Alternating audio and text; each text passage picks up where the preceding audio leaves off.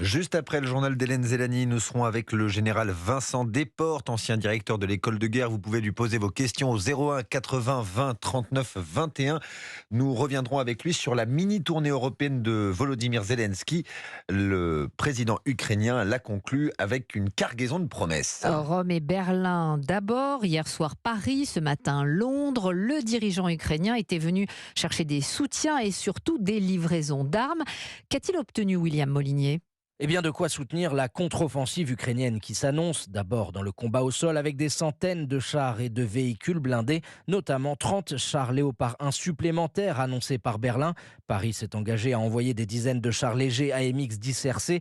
L'effort est aussi appuyé dans les airs. Emmanuel Macron a promis des systèmes de défense anti-aérienne. Et pour la première fois, Londres va envoyer des missiles longue portée supérieurs à 200 km, ainsi que des centaines de drones d'attaque capables de frapper la Russie dans la profondeur, car Kiev essuie quasi quotidiennement des raids de missiles tirés depuis le territoire russe sans être en capacité de détruire ses bases arrières. En revanche, pas d'avions de combat, c'est un peu prématuré, reconnaît un conseiller de l'Elysée.